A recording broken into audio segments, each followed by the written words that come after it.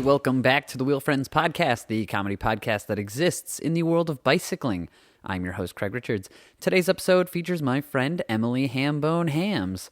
I believe Emily's name's come up a few times in this podcast. She was the one who brought the M&M costumes on the group ride a couple weeks ago. Emily's a really energetic person. She's super fun to go riding with. We talk about racing, punk stuff, and ways we've fought back against cars being in the bicycle space. Anyway, I hope you enjoy the show. Here's Emily. So it's ironic that you asked me to do this right now, because Iceman was this weekend, and Iceman was the first actual race I've ever done. Oh, word. Happy bike-iversary, right? Yeah. I rode bikes. I had bikes, but I was never I'm going to sign up for races. Yeah. Until until Iceman, and Jill told me to sign up, and I was like, oh, sure. Okay, sure. Why not? She's like, it's 30 something miles mountain biking, and I couldn't really grasp how long that was going to be, so I just said yes. And I didn't have a bike, so the day before I used a demo bike, the first time that I rode this full suspension mountain bike, and I did Iceman and Nike free runs. And now that I ride Clipped, I'm like, what the hell was I thinking doing a 35-mile mountain bike ride in Nike free runs foam bottom, no support. Have you only been in the bike community for a year? I would say I didn't start wearing spandex until this year. If that's really the definition of a biker. Maybe I should say I never had respect for chamois pads until this year. It was just I have a bike and I bike. What was your frequency, monthly? Well, it was not that high for a while because I dated a lot of lazy people. But once I started dating less lazy people that like to go outside, I started biking a lot more.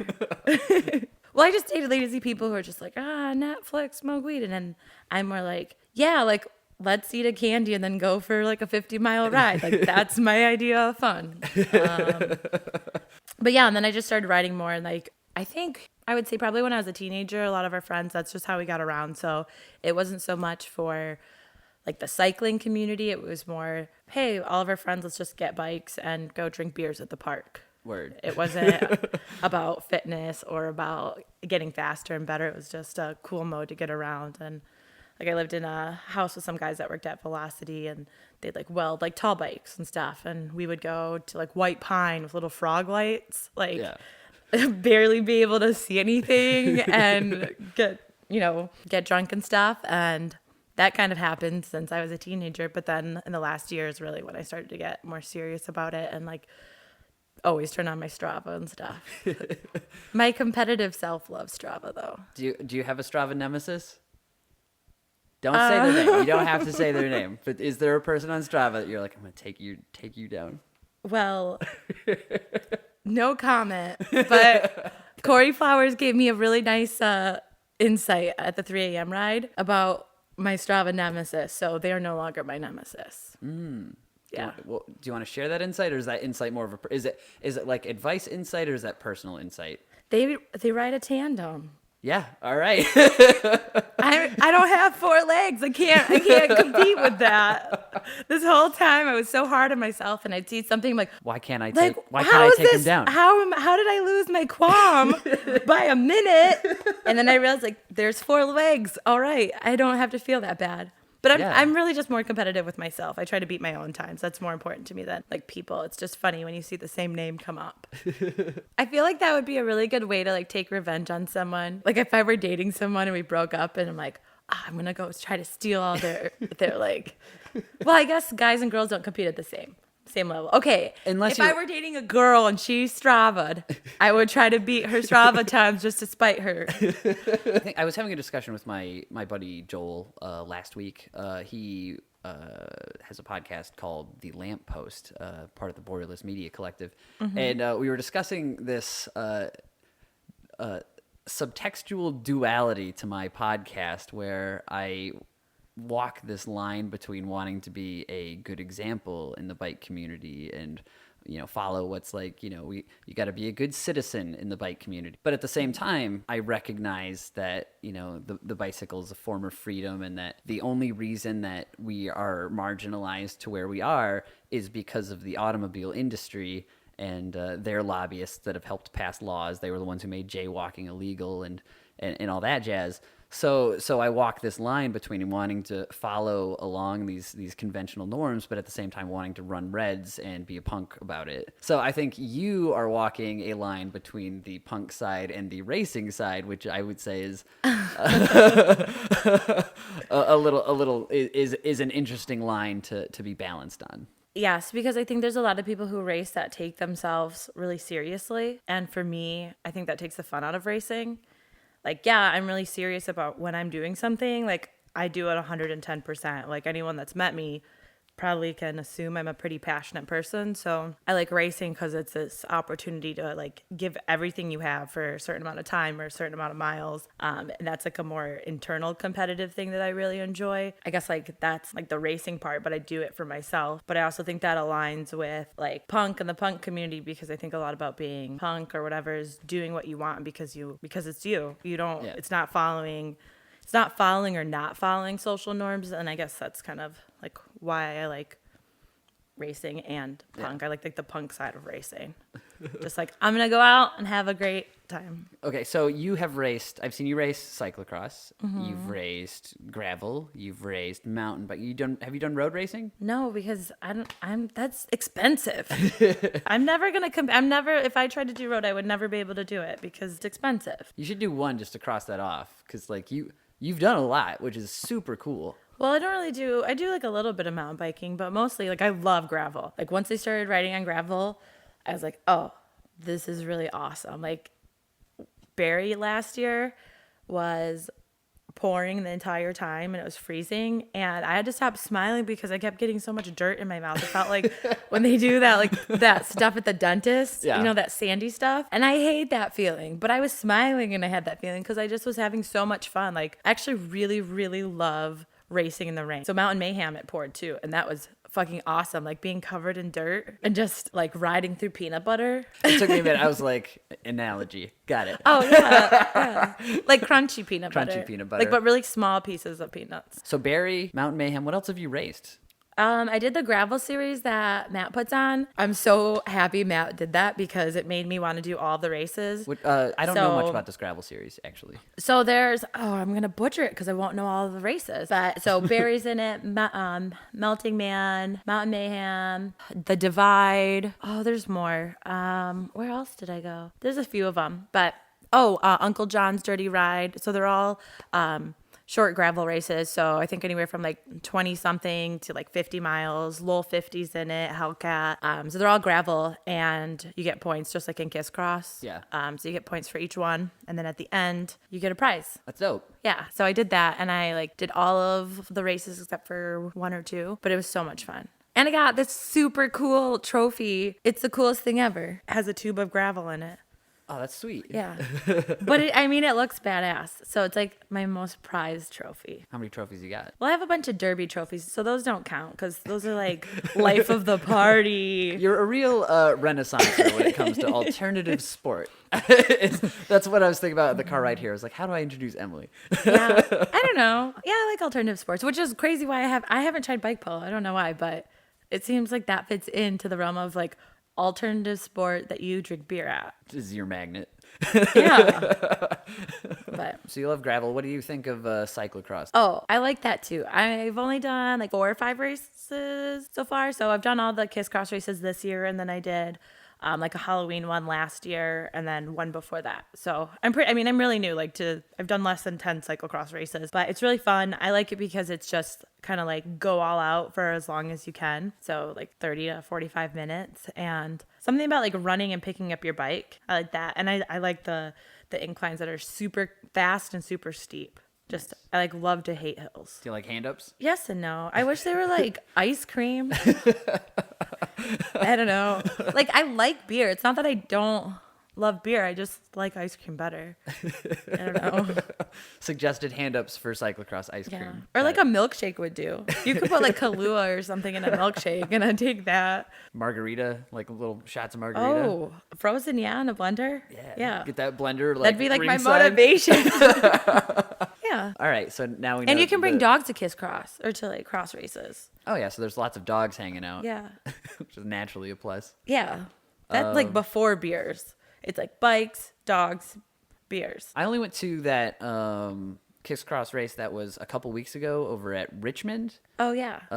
So I raced that. That was pretty sweet. Was that your? That wasn't your first. That was my second. That was your second race. Before the Halloween one. Yeah. Oh no, yeah, third. It was my third race ever. 2 last year, and then my first. Also, you did all this in a year? Yeah. Like every race you've mentioned so far. Yeah. Damn, Emily. Yeah, that's a year. Yeah. Be proud of that. That kicks ass. Has it really only been a year? God. Yeah. That's expensive. That's a lot of money. Did you just see like my eyes like do the math, and I was like, oh my gosh. That's the only downside of racing, that it's a lot of money. Yeah. I just signed up for a race that I paid $70 for, I think, but I'm probably going to like spend a few $100s on the whole thing. And I'm like horrified / super pumped. It's Land Run. It's a 100-mile gravel race in Stillwater, Oklahoma.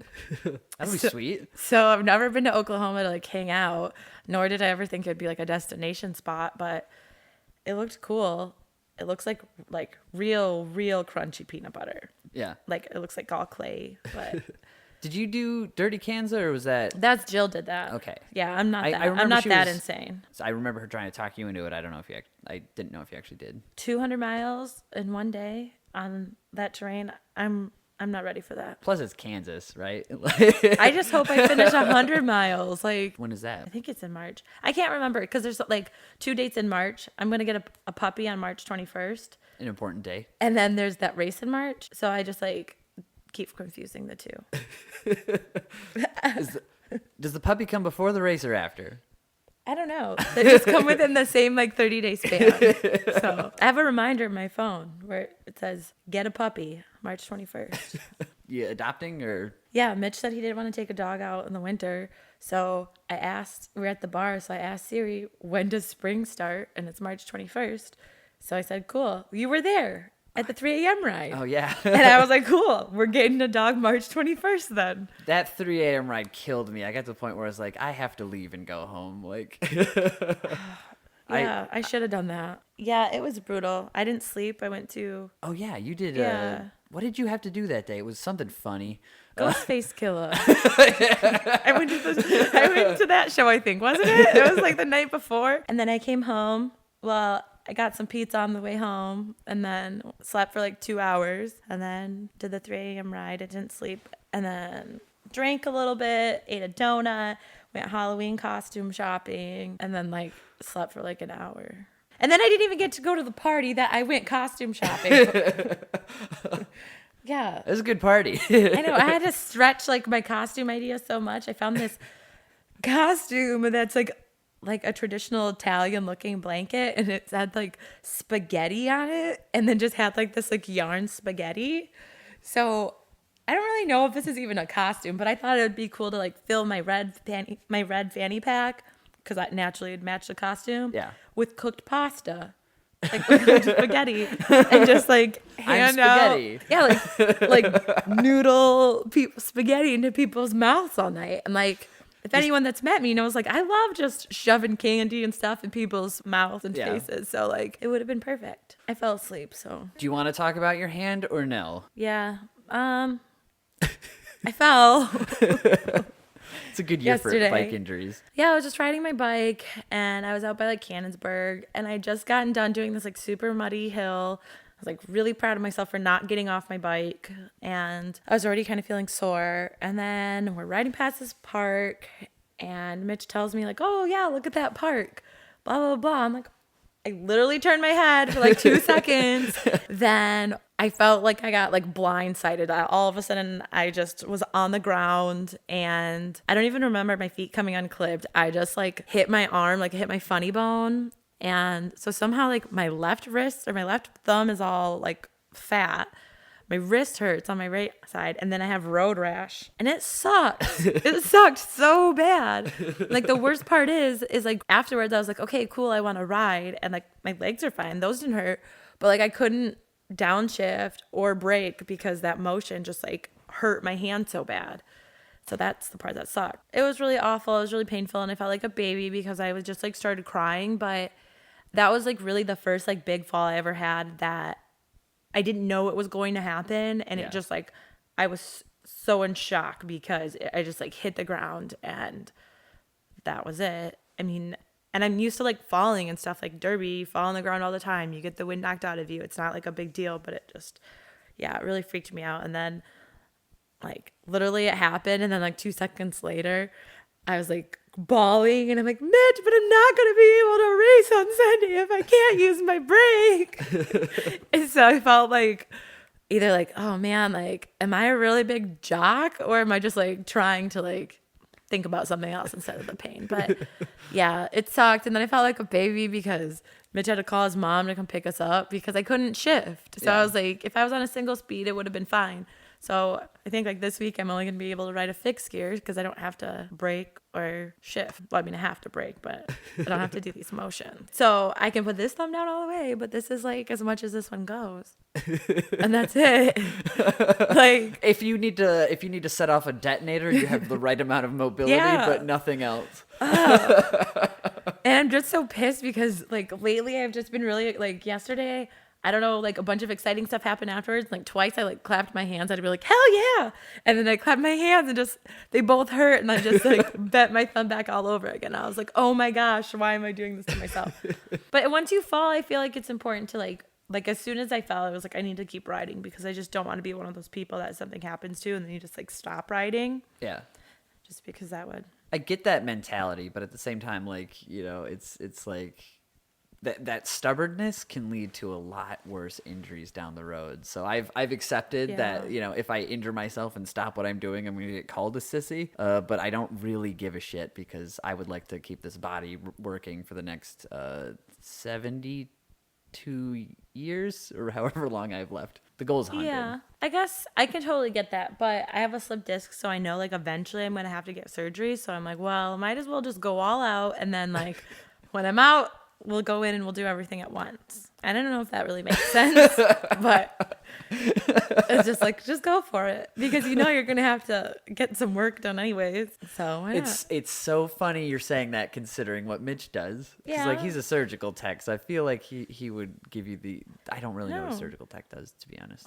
I don't know, like, oh, he's going to hear this part, maybe.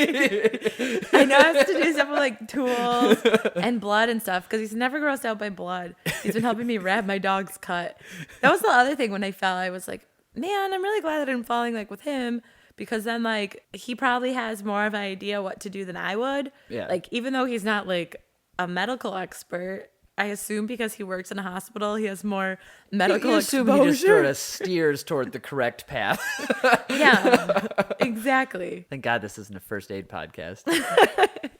I should talk to a lawyer or something because I'm like, what shouldn't I say before this? Oh, like if you say something bad? Well, I mean, not like, because I don't know like what capacity, like. But it's your own opinion. Yeah, and that's very clear. And I put some disclaimers in some other episodes, but I hate saying them. Just they'd be like, don't listen to my advice. I'm like, this is dumb advice. Like this is more of an entertainment show. Yeah. The way I've always rationalized it is like riding your bicycle is something people are going to do anyway, like implied responsibility, I guess. I just don't want any, like, for me to go out and say like, oh yeah, make sure you run every red light, stick it to the man. Yeah, it's like I guess that would be a little risk. more obvious. It's at your own risk if you run a red light. Rider beware. I am really bad at running red lights though. At night, if I'll stop for like 1 second, and if it's clear, I'll just pop it. And I guess this is something that drives me nuts whenever you hear about bicycles in the news or something, or you need something public opinion. They always say like the bicyclists run the red lights, but like to what degree would you define running the red light? Is running the red light going at it full tilt, or is running the red light actually stopping, slowing down to a reasonable pace, and then rolling through it? Because I think rolling a red in that context should never be complained about by anyone because we're bicycles. But exactly. like if you're going full tilt at the red light, I would say, yeah, maybe don't do that. I agree. Like I want to say that I follow the rules. But, I'll pause to make sure that it's safe. Like obviously I don't want to put myself in danger and I don't want to put other people in danger, but like, you know, I'm on my bike. I just want to go. Like I don't want to sit there. And I get like, oh, why can't a car have that excuse? The way I've been rationalizing that lately too is like the reason cars can't run reds is obvious. The point is to prevent vehicles from smashing into another car, from smashing into a pedestrian, or any combination. Like so that's why it's illegal for cars to run reds and run stop signs.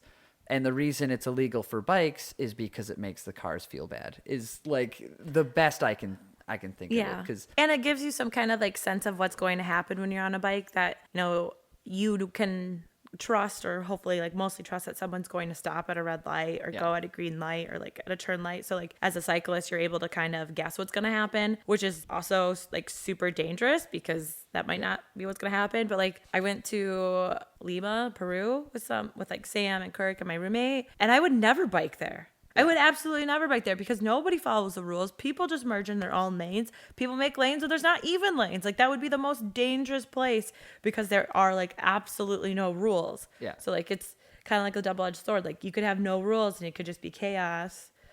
Or, oh God, I sound like such a bad, like used to be punk right now. But rules keep us safe. Yeah. But the rules, to an extent keep us safe, but you don't have to be a stickler for them. Yeah. Like I use it as like, it's kind of like bike rules should kind of be like the Bible if you're a Christian. Like look at it, like take some bits and pieces. Yeah. But like don't be crazy. You don't have to follow that by the book. I think you're very justified in saying that because if you look at like nobody when they get in a car is going to have the perfect drive to the store. Like it's at any given moment, 75% of people driving are speeding. So when it comes to breaking the law, there are some very obvious double standards. Like, I don't even think vehicles should be allowed, like manufactured to exceed the maximum legal speed limit. That is some bullshit if you ask me. A car going 120 miles an hour is dumb. Yeah, I never thought about that. If it's okay for Emily the motorist to go out and break a law every now and then while she drives, then chill the fuck out about Emily the bicyclist running a red light. Like that's where I'm at with my concern. Like I understand wanting to be like this responsible bicycle citizen, and that's why I sort of bump heads with like Driving Change GR, because their whole campaign is like bicyclists and cars need to work together, but bicyclists don't kill 30,000 people consecutively every year for the past 30 plus years. Like, that's horseshit. Yeah, and I think just people being more aware, like, I don't do this. Like, the rules that I like to break are when I ride down Fulton and it's really rush hour, I like to ride in the middle between the two cars because it's like, oh, you suckers are stuck in rush hour, but I'm going right through you. So it's just out of like the thrill of feeling like you're just winning at life because all these people are sitting there and it's Friday and they just want to like get out of traffic. But I don't do this, but Mitch does this and it's really funny. Like it's saddle on Mitch time. Well, I didn't see this one, but when people like are in the bike lane, like getting out of their car. So I don't know if this is true or not, but he told me that he was riding on the west side and someone was standing in the bike lane. Like they didn't see him and he just smacked him in the butt. He smacked him in the butt and he startled them. But I mean, they're like, you can't just like get out of your car and not look. Like, especially I feel like that happens a lot in like the nicer, our newly our renovated infrastructure's idiotic because it's built in a way where the bicycle lane protects the cars, which is stupid. Yeah. It's a buffer between the car, the right hand vehicle lane, and it should be the other way around. Like it should be what we have on like Monroe. It should be vehicle lane, parking, bike lane, space for a door, bike lane. Yeah, no, totally. And like when I was in Denmark, it was great because it was so clear. Like people were really respectful and followed the rules there of like how you're supposed to bike. But like obviously biking is bigger there. But I mean, it is really frustrating. Like when people open the doors and like you don't know, like, okay, am I going to risk getting doored? Like people standing in the bike lane. And I don't know, I think the people that are standing there should also be kind of worried because if someone hits you going like 15 miles an hour on a bike, like that's not going to feel good for you. Yeah. Like just be aware, look what you're like, well, look what you're doing because it's really scary. Yeah. Like for them too. Like always by Riverside Park, there's kids. I do think that falls a little in the bicyclist's responsibility too. Yeah, but what if there's a Strava segment and you're trying to go really fast and then there's children like watching frisbee golf or disc golf? Like, I'm just trying to get a qualm, dude. Get out of my way. Like, get your baby stroller out of my way. Yeah, I guess it makes a little sense in a park if it's the bike lane. But the order of operations, the hierarchy is still pedestrians have the right of way always. following pedestrians as bicyclists, following bicyclists as cars. And I do agree with that because, it's vulnerable road users, like walkers, are going 3 miles an hour. That's whatever. So whenever I cross the street, I take my goddamn time. Like, I might walk as fast as I can, but I will never run for a car because I have the right of way, and the automobile industry doesn't advertise that. Yeah. They're starting this whole campaign. Like, they've come up with a term for pedestrians, and that's people who are walking across the street on their cell phone. And it's like, yeah, you know why that's actually bullshit is because blind people exist. Yeah.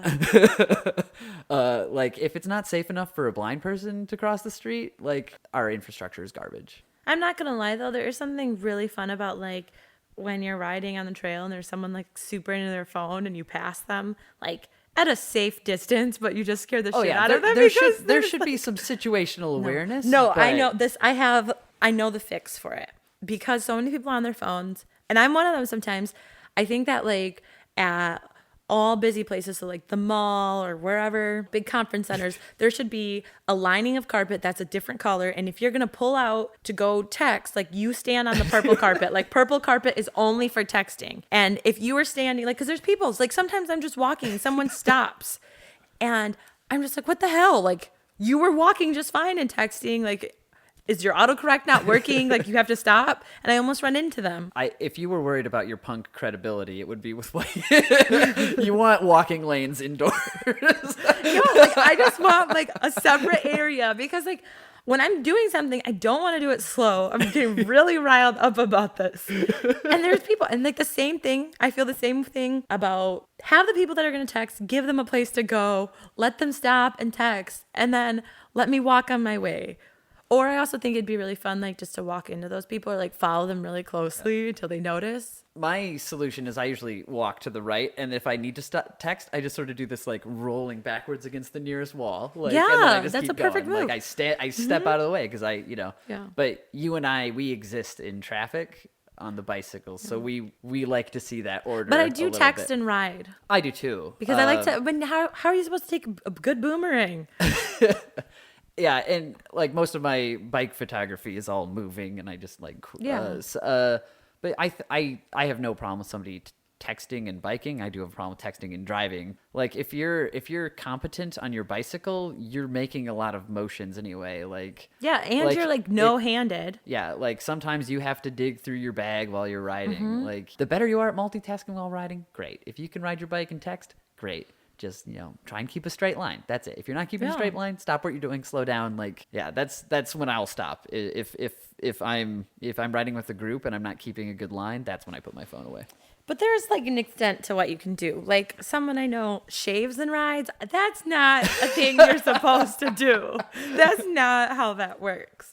Yeah, that's a little excessive. But I respect it. I wouldn't want to personally put anything sharp near my face while riding. That's what I'm saying. I had one more gripe, and that is when cars use the bike lane as a turning lane, or on First or Second Street. Over here is really bad. Oh yeah. Yeah. So there's cars, there's bike lane, and then it's a wide enough street to be 2 lanes, but people will use the car parking and the bike lane as a third turning lane. But I refuse to do that. In fact, like, when I was able to commute more, I would intentionally take that way after 5. When cars would do that, just to make my presence known and, like, remind them, like, why a bike lane is there. And if they were in the way, I would pound on their windows. That's badass. No, I always ride on the right side. Always. And if there's not room for me, they can make room for me. I know that, like, some people are like, oh no, I'm not going to ride on the right hand side if there's not enough room. But if there's room for me, like, I don't care if you're going to give me, like, a foot. I'm going to take it, and you're the one that's going to have to be careful. Yeah, I always hope that the message there is super obvious, because it's like, if you don't like how I'm riding right now, it's because you are literally the problem. Like, you are where I am supposed to be. I do like how we, like, can see into people's cars, and we, like, are so close and can actually interact with the people who've wronged us, where if, like, a guy cuts you off in traffic, you're like, grumble, grumble, grumble. But I know at the next red, if his window's down, I could say whatever I want right away and then never see him again. Yeah, turn down a one way and then they're stuck. Yeah. Yeah. I yelled into a Corvette a couple months ago. I was like, "Hey, bud, you should really use your turn signal." And then I just kept riding. I was like, I do love it when people honk at me when I'm riding, like they want you to like get over more. And then I just wave and like they're clearly super mad, Yeah. like, you know, like shaking their fists like it's like I will what get the over when I hell? feel it's safe for you to pass me. Like I'm in control Yeah, here. exactly. And And what if it's like really like gravelly on the right hand side of the road, so you can't ride where you should ride because it's not well maintained? Then like I'm trying to be safe because what do you want me just to slip and then slip in front of you? Yeah. And you roll over me? I might be dead. They'll feel bad the rest of their lives. And then I wish vehicles would look at bicycles the way they look at motorcycles. Yeah. In that, like, if you wouldn't pass a motorcycle like this, why would you pass a bicycle like this? Why if People do the same stuff on motorcycles sometimes. Like I have that where someone will just like go and pass me. I forgot because- you do everything. I don't really. I mean, like I like got a motorcycle because someone told me I couldn't, so I did. Naturally. Yeah. But I was at a red light on Buchanan and 28th, which sucks. I just went to a great hoarder sale over there. Nice. But I was in the far right lane where I should be, and I had taken the lane because there's no good infrastructure over there, so I'm waiting to go straight, and a car went around my left side to pass me to take a right turn. And they were like, they wanted me to move. They're like, there's a sidewalk over there. And I just kept saying, legally, I have a right to be here, which is my go-to line. Because I don't really give They call it a sidewalk, not a side ride. Yeah. And like the guy eventually just yelled at me to get a car and like fucked off.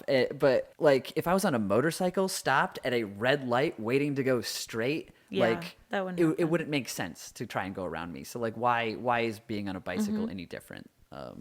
So there's my last gripe. No, I think that's a totally fair gripe. You get like on a motorcycle, you get a little more respect because it's an engine, but you don't get as much respect as a car. But really, anyone that's on the road, like they should have, you should have respect for the people around you. And no, yeah, like I yell at people on my bike and my car, like, and when I'm driving all the time. But I mean, I think everyone just has to take it a little bit easier and just like chill out. Passing someone to be there 2 seconds later really isn't going to do anything. And I don't know, when people get that upset, I just think like, especially when I'm riding, it's kind of like I want to get mad, but also think, well, hey, like I'm riding my bike having a good time, and like you obviously must not be happy with life if you're going to get mad that you're going to be 1 second late. I just realized how angry it makes me sound in like every anecdote we've told, but like I mean, I get pissed. I sound really calm right now, but I get pissed. like I'm a happy-go-lucky guy and I don't like normally start shit with people, but like I get real defensive about my bike lane. If I feel wronged, they'll know. But I mean, But we do have this option for correction. Like it's not Yeah. acceptable behavior, but like I said, you and I, we exist in the space between the cars. Like, so it's easy for us to get close to them and interact Yeah. with them. So yeah, like if somebody's being a dickhead in their car and they just have their window up and they know you're behind them, they're like, I'm gonna lose them in a few blocks. It's the same level of anonymity as like being online. I think I'm on the internet, nothing Yeah. can touch me here. Well, I'm on a bicycle. I'm right next to your car. I can like yeah, you can do yeah. whatever. I will say if Get you away. are going to smack on a vehicle, go at a slower speed because like that millisecond of contact will just scrape your skin You up. sound like you're saying that, like, firsthand. It's illegal to grab onto a vehicle, but it is not illegal to smack a vehicle as far as I'm Yeah. concerned. Like a football smack. Yeah, I mean, Like I was in the bike lane on Bridge Street, and I was like, traffic's going like they're pretty much stopped, and this guy, somebody was taking a left turn, and this big truck was like, oh, I'll just zip over here real quick to get around them faster, but that happened to be exactly where I was. And so I let the fender of their vehicle have it, and I made Yeah. sure they saw that I was there, and they just entered a bicycle lane. So yeah, again, it's my hope that obvious message there is this is for bicycles, do not drive here, like stuck with that person. But I will never know. And so the shitty thing is, and I think it's the reason why you and I are forced to, feel like we're justified in these actions is that there is no good legal way for us to do anything when this shit happens. Because like if I were to go, I had a police officer I worked with. He was an old police officer, retired, and you were a police officer. I was, yeah. Another buddy from the force told me. I worked with a guy who had been a police officer in Grand Rapids, and I thought maybe you were just undercover this whole time. I had a bad incident with a motorist, and I asked him, I'm like, well, what can I do? He goes, nothing. I was like, what do you mean nothing? I'm like, this person, they put me in a situation where my life was at risk. Like, what do you mean there's nothing I can do? He goes, well, if they didn't threaten you and if you didn't get hurt, like, what are you going to do? Isn't that crazy? Yeah. I'm learning a lot of weird rules. And so I think that's why you and I feel justified in our little actions or acts of aggression, is because, we don't have anything that we can do. We don't have a voice. We have nothing here. No, there's nothing we can legally do. And so basically the advice he gave me was, if something happens, fall down. Oh, it's like the movie Blank Check. That's every time a car. Because they would start to write a check if they still carry checks, and you just take it and sign it for $1 million. Do you know the movie? Hey, I think that's way illegal. I know the movie Blank Check. In the movie, every time. Hey, that kid got in trouble in the end, right? I don't know. I don't think I watched all of it, but that's every time I'm about to get hit by a car, like whether it's like walking in a parking lot. You just think it's payday. Then I'm like, oh man, what if this is going to be like my moment of blank check? Hey, thanks so much for listening to the Wheel Friends podcast. Thanks to Emily for being on the show. Make sure you check out her Instagram at Emily Hambone. Make sure you follow us on Instagram, Facebook, Twitter, all that jazz. Share the show with your friends. If you have any other inquiries, you can shoot an email to wheelfriendspodcast@gmail.com. I'm your host, Craig. As always, go ride your bike.